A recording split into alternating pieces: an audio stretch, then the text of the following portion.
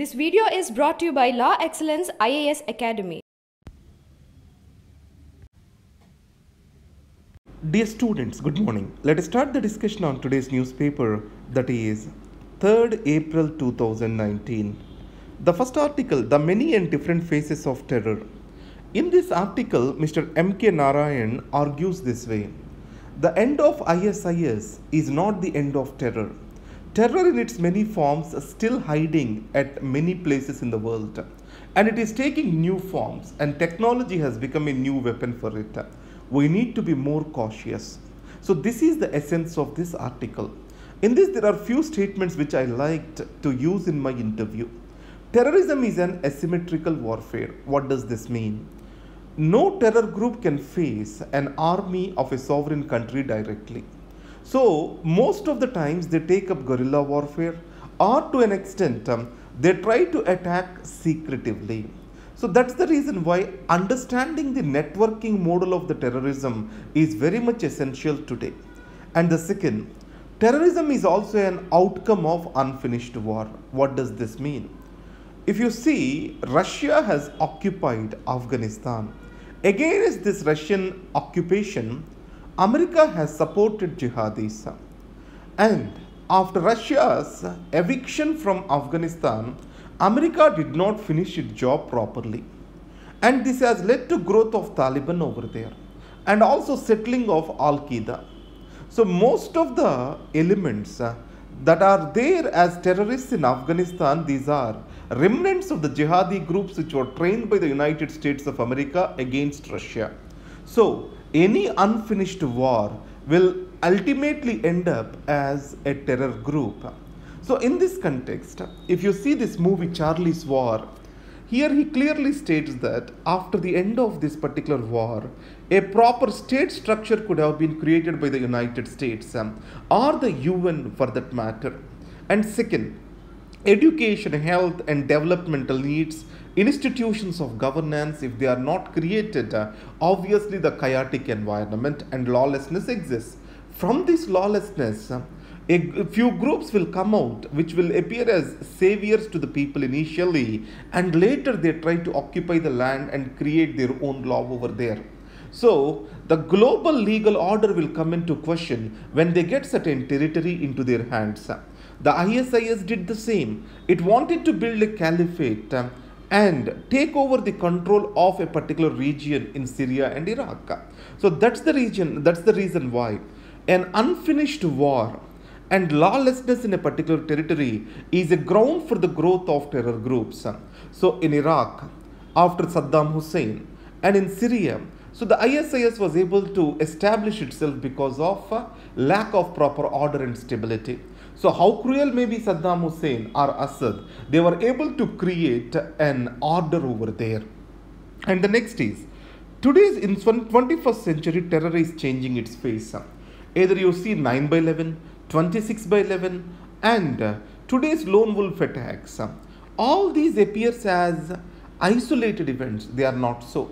So they have intricate connection based on something called as brainwashing of the people. This brainwashing is happening directly or indirectly through community networks or also through social media. So the enabled terror is the word which is used over here. It means the handlers of these terror groups will be remotely located, and the person who is perpetuating the terror will be acting in accordance with the directions given by them. And this network which is existing between them most of the times is remaining untraceable. In the case of the Pulwama attack, if you observe, they were using something called virtual SIM. So network analysis, understanding the communication links between the terrorist handlers and the real terror actors is also important today. And let us see something over. Let us see this small chart. So if you observe terrorism, though it appears, the terror events appears as isolated events, there is a deep connect across these. So the global terrorism database has to be first developed. How it can be developed? Through the inputs from various intelligence networks. So let's take RAW of India, and then Mossad of Israel, CIA. all of them can develop one database where inputs can be constantly shared across the countries. And then, based on these inputs, we will be able to understand network analysis of the terror. So this terror network analysis involves two important parts. One is communication flows and the next is financial flows. The financial flows, money laundering channels, majorly from drug trafficking or from sympathizers or from extortion, these can be immediately curtailed because the sovereign countries have the control over banking channels. So the banking channels have to be strongly regulated to identify the flow of unaccounted money. So in this context, Financial Action Task Force, it will identify certain countries and places them in grey list which are not taking effective action against their banking networks or the ground areas where the sympathizers are existing. Next is the communication flows. Here the relation network analysis has to happen. How Al-Qaeda in Taliban group or in Afghanistan, in Pakistan, in Libya, in Syria and in Asian subcontinent, how they are related with each other. So in this context, the relation network analysis will help us to understand two things. Is Al-Qaeda is spreading as one single group, or it has connections with the other regional groups, or ISIS and Al-Qaeda, how they are connected with each other or disconnected with each other. In that way, the divide and rule across the groups is possible. And the worst part of this is mobilization through the communication flow. Here, the brainwashing happens through social media. And this brainwashing is leading to something called lone wolf attacks. So there is another pattern which is happening. So there is a caliphate, construction of caliphate is a dream for many of the terror groups. So that's why they develop networks across the world and mobilize the sympathizers across the world and migrate them to a particular locality that is called caliphate. Today ISIS appear to have maintained this, but once ISIS is destroyed in that particular geography, these people are expected to spread over to their native places. And these people who are spreading out, they may act as regional players, or they may act as the sleeper cells, or these people can also act as lone wolf attackers. So in this context, the terrorism and its presence is very broad based. We cannot celebrate the success over terrorism unless we are able to develop a coordinated effort against it. And ideological terrorism is another thing which is growing. So the right-wing terrorism, left-wing terrorism are the two different types of it. Maoism is a left-wing terrorism, we call it as. A right-wing terrorism, you know that in, I think, Norway, a right-wing person wanted to kill the elite class and their children. I think his name is Breivik. And recently in New Zealand, a right-wing person attacked the minorities. So this is quite different from the jihadi terrorists. And state-sponsored terrorism, India repeatedly says it is the victim of this state-sponsored terrorism. Now North Korea, it has released WannaCry and it started extorting the money from various businesses through this virus. That is a typical example for state-sponsored cyber terrorism. So in this context, always understand that terrorism has different forms and understanding of this network of the terrorism itself is a mental exercise. And collaborative effort across the countries is essential to ensure or to do away with this menace. Next article, how to achieve 24/7 power for all. You know, the electrification of all villages happened because of Rajiv Gandhi Gramin Vidyutikarana Yojana, which was launched in 2003. And then Saubhagya, Pradhan Mantri Sahaj Bijli Har Ghar Yojana, it was able to electrify every household in this country. And we also have achieved the last mile connectivity with renewable energy. But still, something needs to be improved. So many a times it is stated that the feeder level monitoring has to improve. Today there is an online monitoring at the feeder level. But what about the real-time monitoring at the user level? So what is the user experience with regard to the electricity supply? Many a times electric equipment are being lost because of disturbances of low voltage. So there has to be a continuous monitoring of the supply at the level of the household. That is the first suggestion. And the second is quality of supply.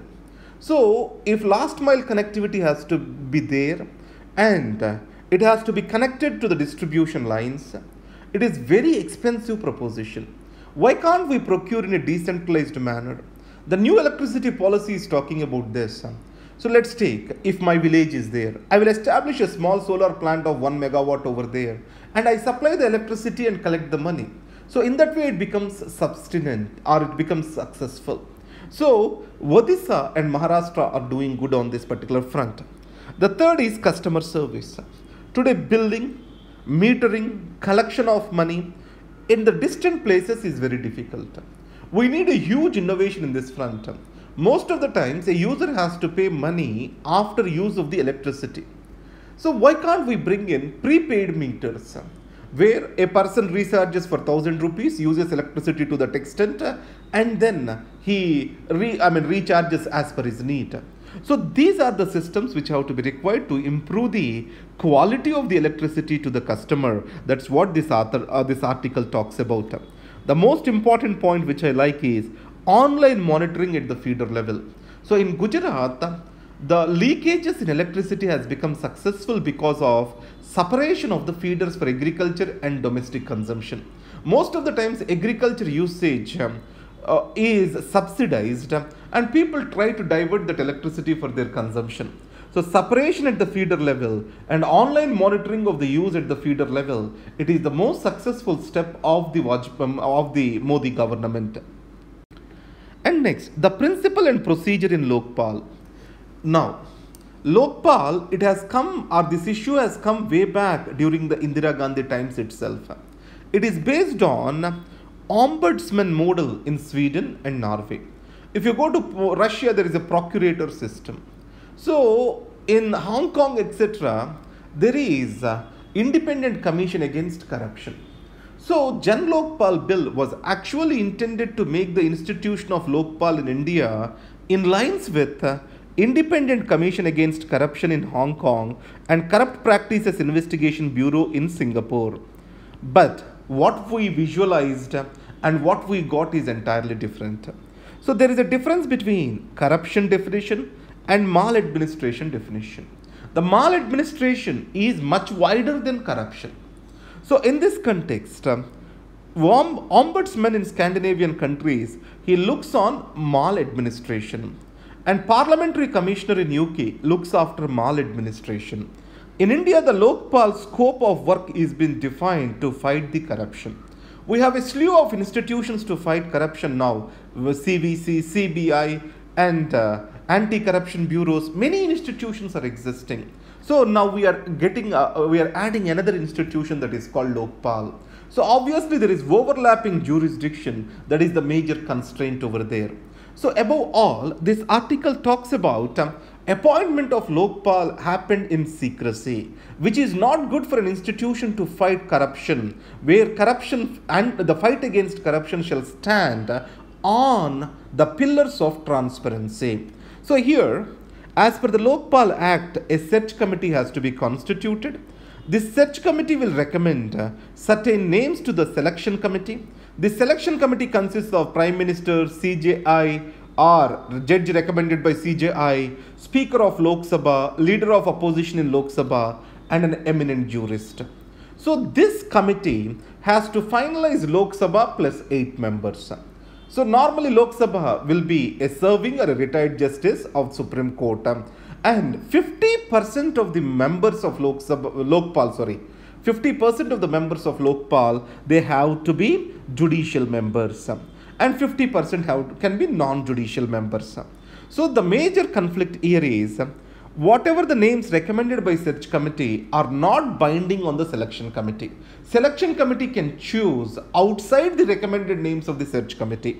So that's where many of the people like P.P. Rao has resigned to be the members of the search committee before. The second thing is, due to lack of leader of opposition, it was delayed for years. The appointment of Lokpal was delayed for years. And now the Supreme Court has clearly stated that lack of all the members in selection committee cannot be a reason for not appointment of lokpal. Finally, government moved along with it. So, who are the people who actually been applied to it? Who are filtered by the search committee? Are there any people who are included who are not part of the search committee? These all things have to be made open to the people, but this government did not disclose this to us. Mr. Pinaki Chandra Ghosh was appointed as the first lokpal, and let us see how this institution will evolve. So 50% of the members though are judicial, and most of the non-judicial members were taken from the civil services, and the people with public spirit or with public inquiry, they were not included as part of the lokpal. Turkish surprise. So this article is about the recent local elections in Istanbul and Ankara. The Justice and Development Party of Erdogan, it has lost the election. So I'm not worried about this elections in these two big cities. Let us see it this way. He is a rightist leader. The roots of this party lies in the individual presidential style of working, and the second, charismatic leadership. Third is Islamism, and fourth is the development. These are the foundations of this political party. So in this context, the parliamentary constitution which gave the parliamentary form of government was changed to presidential form last year through a referendum. And there was a coup, military coup, and he has used that opportunity to do away with his opponents. And the third thing is, the Quds party is almost considered or is considered as a terror group, and all the seats which it was won are being held up. Now, economy of Turkey is under crisis. So it can be stated Mr. Erdogan's upper-handedness, lack of consensus or lack of collaborative approach is stated to be the reason for its failure with regard to economy is concerned. My point is this: accountability in public institutions and with the governments shall be the utmost principle for running a democracy. On the other hand, individualistic, charismatic style of functioning, lack of collaborative approach, lack of consensus orientation is not good for any country in the long term. So if you see Mr. Erdogan, he is ruling for these many years. Still, he considers himself as a messiah rather than as a leader to provide for the development or fulfill the aspirations of the people. Almost the opposition was decimated over there. Even this Kurdish Workers' Party is declared as a terror group. So, my point is, Indira Gandhi era in India has parallels with the Erdogan era. Even it is compared that the Modi has similar parallels with the Turkey's Erdogan. So, next article, poll time censorship. So, it is in the context of a recent court order giving an injunction order barring the reporting by the newspapers, television channels about a particular candidate in Bengaluru. Remember, Article 19(1)(a) provides for freedom of speech and expression. It also provides for freedom of press. So this freedom of press is essential for our collective voice. So the poll time censorship, which was brought in through a court order, is not in the spirit of a liberal democracy. And Supreme Court has given a clear order that there shall not be any pre-censorship on the press. That is the essence of this article. The unkindest cut. MG Narega, it was based on a rights-based approach. It means any person can go and ask for a manual labor and 100 days of job is guaranteed to him. And it was able to increase disposable income. Disposable income especially for women. You know, 1/3 of the MG Narega beneficiaries has to be women. So because of increase in disposable income, the nutritional levels in rural India, especially among children, have gone up. Added to that, asset levels among the poor and marginalized increased. As the incomes were secured, they are able to buy a cow or a buffalo, and this has increased their disposable income further. So that's where MG Narega is said to have ripple effect. And MG Narega, on the other hand, also helped the local governments. because panchayats are expected to dispose the money, and there is a lot of disposable income and lot of authority appear to be with the panchayats, local governments. As funds are decreased for NGNREGA, these two have got affected. That is what this article talks about. FATF may blacklist Pak due to lobbying by India. Keep the lobbying of India aside. The Financial Action Task Force, which has come actually because of the recommendations from a G7 summit, is an intergovernmental organization. Previously, a question was asked. So, FATF, previously it is Medicine Sans Frontiers. What kind of organization is that? So, it is an intergovernmental organization headquartered at Paris. So what is the major purpose of this FATF? To ensure global standards for countering money laundering and financing of terror. So in our previous article we saw that the source of finances have to be curtailed, and if you know, surprisingly, most of this money is flowing through the formal banking channels itself, and many of the countries are actually supporting this. If we are able to tighten the banking channels across various countries, then automatically terror will die. So Pakistan failed to take a credible action at the ground level on the listed 8 terror groups. Even today they are able to get access to money from their sympathizers. They are able to collect donations from the people. So in this context, Pakistan is being placed in grey list and is expected to be continued. And the non-cooperation countries are territories list, and Pakistan is prominent among that. And India's lobbying is just a hiding point for the Pakistan. It is purely based on the group which has visited Pakistan, an Asia Pacific monitoring group. Based on its recommendation, it is being placed in the grey list now. ISRO to launch a string of defense satellites.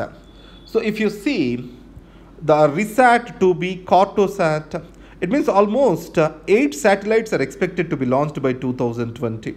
You know, GSAT-6A is being replaced by GSAT-32, and recently EMISAT was launched. It means ISRO and DRDO are working close. Probably we may see soon in India also we get the Space Command. You know that China, Russia and US have the Space Command as part of their military structure. So I think India may also establish a Space Command because its space assets are growing, and the military importance of its space assets is further growing now. And